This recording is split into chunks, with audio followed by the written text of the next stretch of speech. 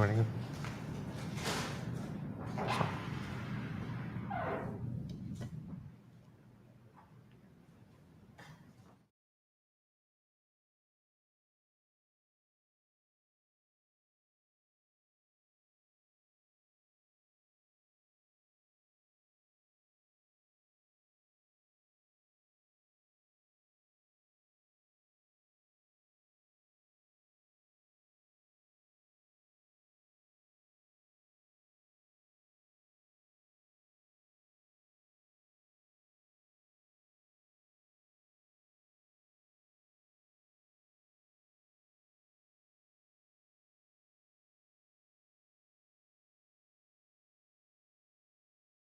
All right, good.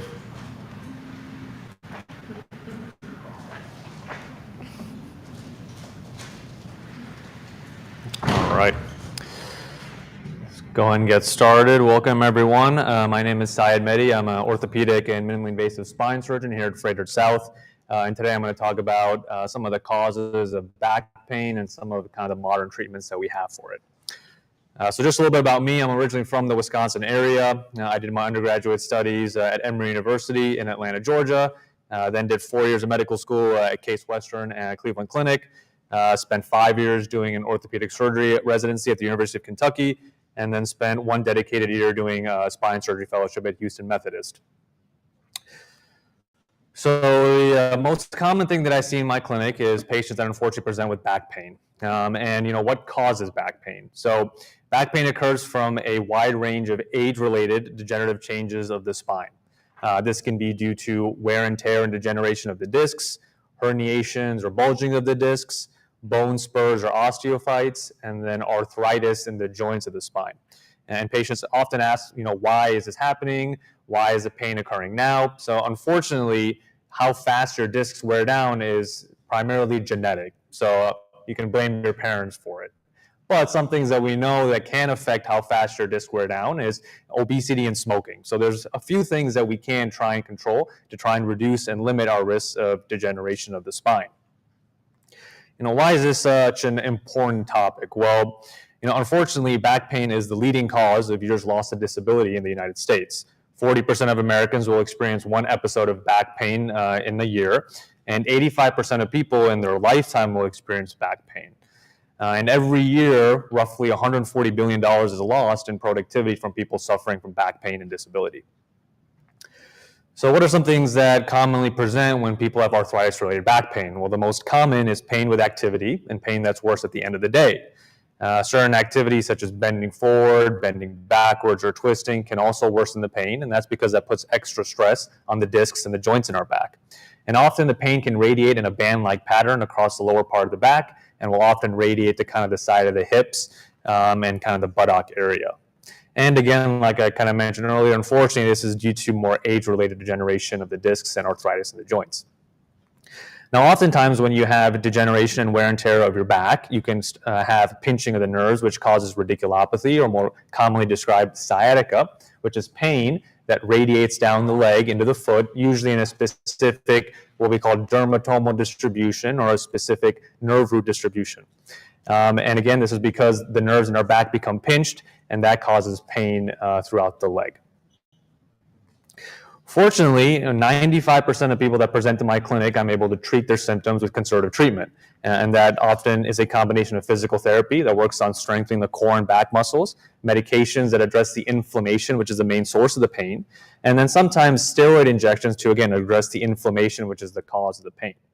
But sometimes if our conservative treatments don't work, then we do have surgical options to address these problems. And one of the two major surgeries that I do includes a decompression, which involves removing bone, ligaments, or tissue that's pinching the nerve and causing leg pain and back pain. And sometimes, if needed, we'll also do fusions of the back. So, decompression surgery, the main goal of the surgery is to take pressure off the nerves and address the leg pain and the back pain. And oftentimes with these surgeries, we can avoid the bigger instrumentation and fusion surgeries that a lot of people hear about and that don't always have the best outcomes. And again, these surgeries are usually done to remove things like disc herniations, which can pinch the nerve and cause pain, or bones and ligaments that are pushing on the nerves as well that are causing pain. Now, traditionally, these surgeries were done in an open technique, which involved a large incision and cutting the muscle off of the bone. And unfortunately, when that happens, it leads to a lot of scar tissue, which can cause more pain and longer recoveries. Muscle in general is very vascular, meaning it has a lot of blood supply. So cutting into the muscle leads to a lot of bleeding and can tend to lead to higher blood losses and ultimately longer stays in the hospital. The other kind of downside of doing open surgery is when we cut the muscle off of the bone, oftentimes that area gets replaced with scar tissue. And this is demonstrated in this MRI cut of the same exact patient. One level that didn't have any surgery, you can see all of this robust, what we call paraspinal muscle, a muscle that's attached to the ends of the spine. And then here in the same patient that had surgery, that muscle is unfortunately now replaced with scar tissue and fat. And we know, unfortunately, naturally, after about 30 years old, we all start to lose the muscle mass in our back. And that becomes exponentially increased as we get past the age of 60. And this MRI kind of shows that on the very top left area, you have probably somebody in their 20s that has very healthy muscle around the spine. And then over time, that muscle goes away and gets replaced by fat. And we know lots of studies have shown that as we lose that muscle in our back, it leads to increased incidence of back pain. So if we compound this with doing big open surgeries that cause more scar tissue, you can see why people have a lot of back pain even after a successful surgery. So then that begs the question, well, are there any alternative options? And this is where the idea of minimally invasive spine surgery comes into play. So the goal of minimally invasive spine surgery is to accomplish the same goals as a big open surgery, but through smaller incisions, using specialized instruments and tools, and to ultimately lead to a better recovery and less side effects. So this surgery often involves using a tube-like structure. In this instance, this is a 2-centimeter tube with specialized instruments that can pass through this and allow us to do surgeries by sparing the muscles, preventing excess scar tissue, and accomplishing the same goal as the big surgery. And we can usually do this through an incision about the size of a paperclip, which is always nice. So, why have minimally invasive spine surgery? Well, if you think of all of the downsides of a big open surgery, the opposite is true of minimally invasive spine surgery. We spare the muscle attachments to the spine, so there's less scar tissue, less blood loss. That ultimately leads to shorter stays in the hospital, less narcotic use, and oftentimes patients can go home the same day, if not the next morning after surgery. And this is going to be another illustration of kind of the benefits of doing an open fusion, which will be on the right side, versus doing a fusion through a minimally invasive technique. When you look at the MRI cuts, you can see on the left, the patient that had the minimally invasive surgery still has all that paraspinal muscle still attached and looks healthy, versus the patient that had an open surgery, all of that muscle is now replaced with scar tissue, which will ultimately lead to a worse outcome down the line. So one of the surgeries, and probably the most common surgery that I do, is called a tubular decompression. So again, it involves using a 2-centimeter tube, spares the muscles, and I use these specialized instruments to get to the spine. This is kind of a cartoon demonstration of what we're looking at through this tube. The yellow structure here is usually the thick ligament that over time gets enlarged, pinches the nerve, and causes pain. And underneath that is the dura, or the nerve roots, which provide sensation and muscle function to all of our lower extremity. So this is, I think, a good example of a patient that did really well with this type of surgery. This was a patient in their 90s who had severe stenosis or narrowing of the nerves in their back. When you look at the image on the right side, this is what a normal MRI cut looks like. All of these tiny black dots are the nerves in our back, and they sit in a fluid-filled tube. Ideally, you want the nerves to have plenty of room to move around. When you look at this cut here, you can see the nerves are being pinched so tightly you can't see any of that spinal fluid, you can't see any of the nerve roots. In this patient, they were unable to ambulate for any amount of distance without significant debilitating leg pain and back pain. So using the tubular technique, we were able to get down to the spine. This is kind of the rough view of what we're looking at. The black arrows pointing to that very thick ligament that is overgrown and is pinching the nerves. And then, once we're able to take that ligament away, you can see the nerve roots underneath. And this patient, despite being in their 90s, was able to go home 3 hours after surgery. And when they presented back to clinic, their leg pain was completely gone and they had returned to their normal function without any assistive devices like a walker or a cane. And then this is kind of the surgery that I wanted to spend more time talking about. This is endoscopic surgery. So oftentimes people will hear of having shoulder scopes or knee scopes or hip scopes, and now we have the opportunity to do the same thing in the spine. So in this endoscope, there is a camera that gives you a bird's eye or a fish eye view of the spine. And through that same camera, we use specialized instruments to allow direct visualization of the spine and do pretty minimally or ultra minimally invasive surgery. So I'll show a video of what this entails.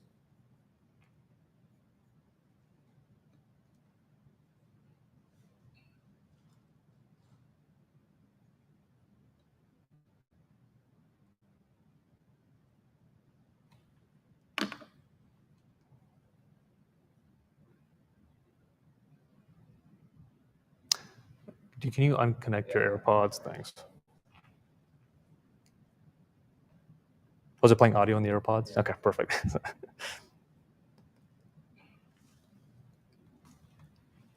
Degenerative spinal disc disease can lead to a herniated disc compressing on a nerve, which is a common cause of pain.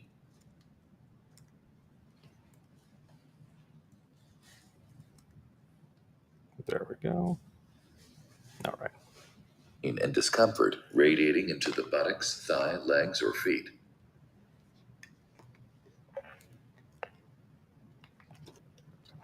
For patients with a herniated disc causing nerve impingement or compression, an endoscopic approach is regarded as a highly successful procedure that may bring relief and restore mobility.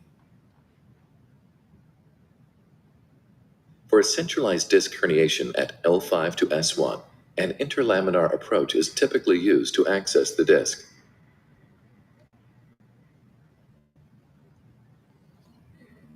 During surgery, with the aid of fluoroscopy or X-ray imaging, the surgeon will use a needle to mark the proper trajectory from the skin to the disc herniation. A guide wire will be inserted through the needle, and the needle will be removed. Dilators will be placed sequentially over the guide wire to then allow for the cannula to be inserted. Through this cannula, a specialized spine-specific endoscope is introduced to allow for real-time direct visualization of the tissue layer that covers the back side of the spinal canal. A small incision will be made in this tissue layer, or ligamentum flavum, to allow for the endoscope to pass through. Using the instruments, the surgeon will carefully push the spinal nerves aside to protect them and allow the disc herniation to come into view. Through the working channel of the endoscope, small instruments will be used to take out disc fragments of the herniation. An electrocautery tool will be used to cauterize the fibrous outer layer of the disc to prevent future disc herniations. Once the herniation has been removed, the surgeon will bring out the endoscope and may place a stitch or two to close the incision before placing a small bandage. By employing an interlaminar approach to a centralized disc herniation, your surgeon can reduce the risk of damaging soft tissue and muscle structures, and therefore can achieve a lower risk of infection and fewer post-operative complications, letting you return to normal daily activity sooner. All right.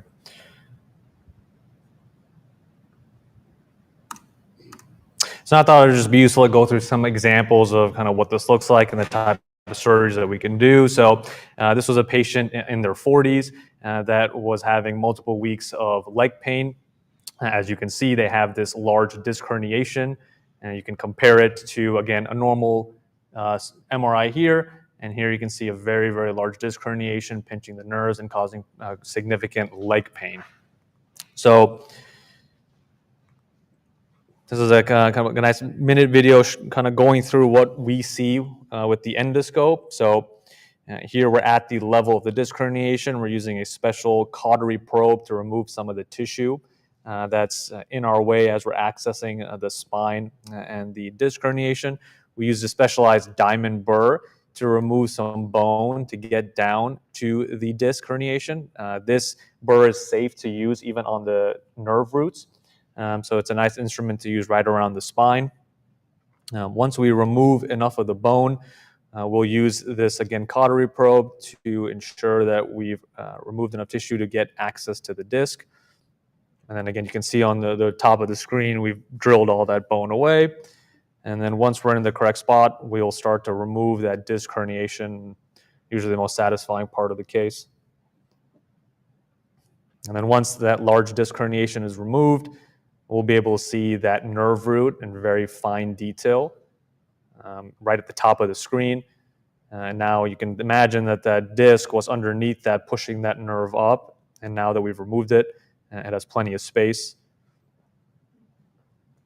And there you can kind of see it pulsating on the top of the screen. There's really no other way to kind of get as good visualization of the nerves as you can with endoscopic surgery. Again, this was a patient was in the post-operative recovery for about 2 hours, went home the same day, and basically all their symptoms resolved right as they woke up after surgery. And so that's how much disc we were able to remove, and that's the incision on the left side. So again, pretty impressive surgery that we can do through that small of an incision.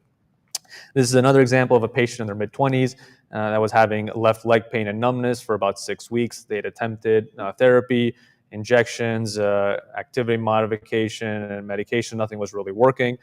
So this was another good example for a patient that did well with endoscopic surgery. So we kind of localize where we're going to go with X-ray. That way we know exactly the part of the spine that we're targeting. This is the view inside, again, through the camera. You can see this very large kind of herniation bulging out and pushing the nerve roots up here. And that corresponds to this disc bulge on the MRI. And then again, this is what the view is during the surgery. And once we remove this large disc herniation, you can see actually the tear in the disc where that material was herniating or pushing out from. And then this is a visualization of the nerve root. So again, very, very hard to get a picture like this through any type of other approach to the spine. This is that nerve root that was being pinched. This is the center of the spine. It kind of corresponds to this diagram here. And this area is where that large disc herniation was that was pinching on the nerves. And then that's, again, we always like pictures of the incision. So about a 6 millimeter incision was all we needed for this surgery. And then same day surgery, again, instant resolution of the symptoms or instant resolution of the pain when the patient woke up. Another example, again, patient in their 40s, again, left leg pain, had attempted and failed all conservative treatments, unfortunately. And so we had discussed surgical options. Again, you can see by that red arrow where you have that disc herniation that's affecting that exiting nerve root. These are some pictures from the surgery. So again, you can see this disc bulge or disc herniation here that's pushing these nerves here and this nerve out here. And this is just a close-up of that disc herniation. And so again, once we remove this large fragment of disc, the nerves have a lot more room. And it's, again, always the best part of the surgery. It's like popping a zit. And then this is what it looks like after. So again, you can see where that disc herniation used to be. It's now all gone right here. And then this nerve has plenty of space that it didn't have kind of before. And so we're able to take a good amount of disc material out through, again, a very small incision. And again, I'm just kind of beating a dead horse, but again, I think it's nice to see all these examples. This was a patient in their mid-60s, again, having right leg pain, numbness, tingling, some weakness, had attempted all conservative treatments, nothing had helped. And so they were, again, a good candidate for this endoscopic surgery.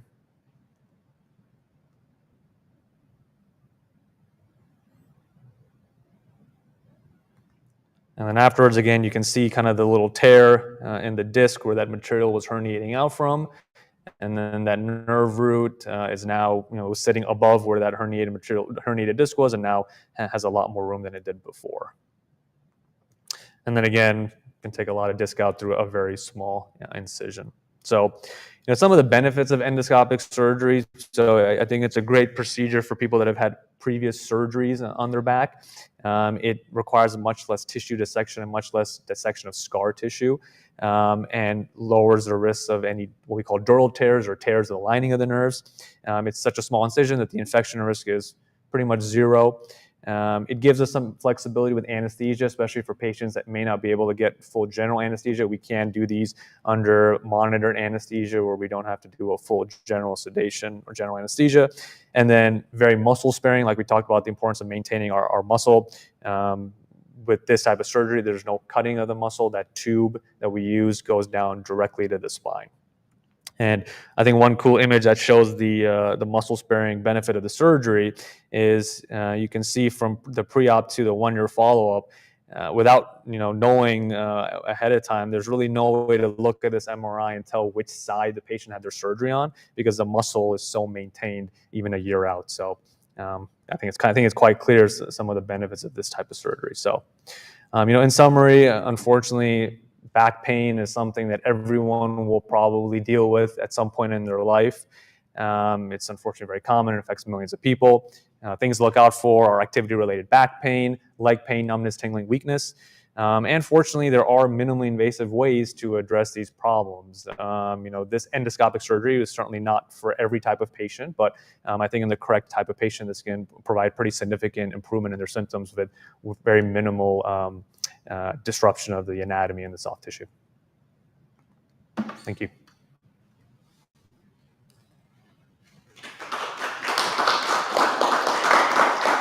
Anybody have any questions? During my career, I assisted on a few laminectomies, and with microdiscectomy, I had to hold a nerve root retractor. I see with the tube, I don't know that there was room. Do you still use a nerve root retractor?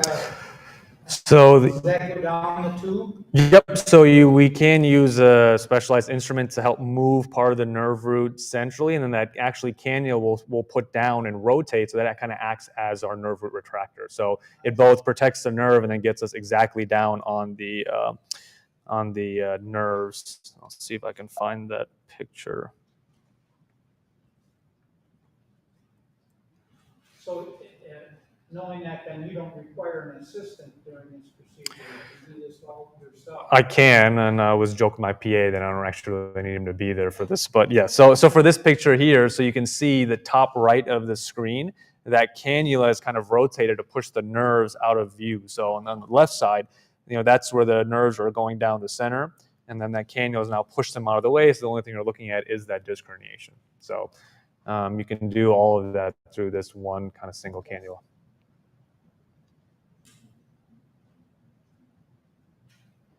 All right. Yes. In some of the examples you were talking about the muscle loss. Mm-hmm. So is that exercise that can help with that? Or Yep. So patients were young? Yep. So exercise is the most important thing that we can do, right? There's just going to be some component of muscle loss that's inevitable, but kind of exercising, weightlifting, having a high protein diet, those can all help kind of delay the progression of that muscle loss. When do you decide to go the minimally invasive microscope to as opposed to endoscopic? What variables kind of let you decide this patient is this, that's supposed to that? Yep. A lot of it will depend on the anatomy. So depending on if I can safely get that cannula in, how much of the bone I'll have to shave away to get the cannula in. If I'll have to do a lot of bony work, I tend to do that tubular surgery just because I can put a bigger drill, have a little wider field of view. So there's a little bit of nuance in that. I think these types of disc herniations, especially at L5-S1, are probably the best type of surgery. You have a big window to get the instruments in. You don't really have to manipulate the nerves as much, but it is very patient dependent. It seems to me that all this stuff, very cool what you could do with that. How come they can't fix spinal cord injuries? That's a good question. So they are doing a lot of research on spinal cord injuries. The problem with when you have an actual injury to the spinal cord or the nerve roots, there's no great way to repair that type of cell, which is why they're looking into stem cell research. They're looking into different types of brain stimulation. But once that cell gets injured, it's not like other cells in our body that can regrow or regenerate. Nerves, once they get injured, we just unfortunately don't have any way to kind of treat them or recover. There's some of the research they're doing, especially like the Crystal Reef Foundation for like spinal cord injuries. They're making some pretty impressive improvements. It's not an easy thing to fix, unfortunately. Yeah, it would be nice. Yeah. That's how we learned it at Fraser. Yeah, that's right. Yes. So with all of this, you are manipulating the nerves a little bit, even though it's minimally invasive. Mhm. So when the patient leaves, are the nerves angry? Or, I mean, is it gone? Sometimes you can get like what we call radiculitis, just inflammation of the nerve root after surgery. And so it's rare, but sometimes patients will have almost worse pain right after surgery because you're irritating the nerve root. Things that you can do to avoid that is, like kind of mentioned, minimal retraction or irritation of the nerve root. And then IV steroids have been found to kind of reduce that risk. So all my patients will get steroids kind of during surgery and then one dose as they leave. But that can certainly happen.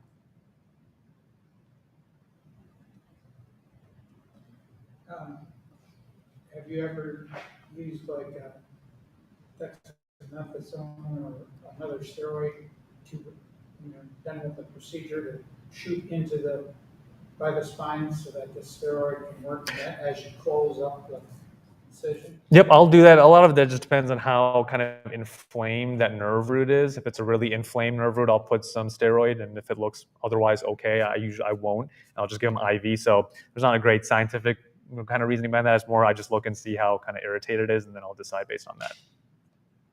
But I have done that.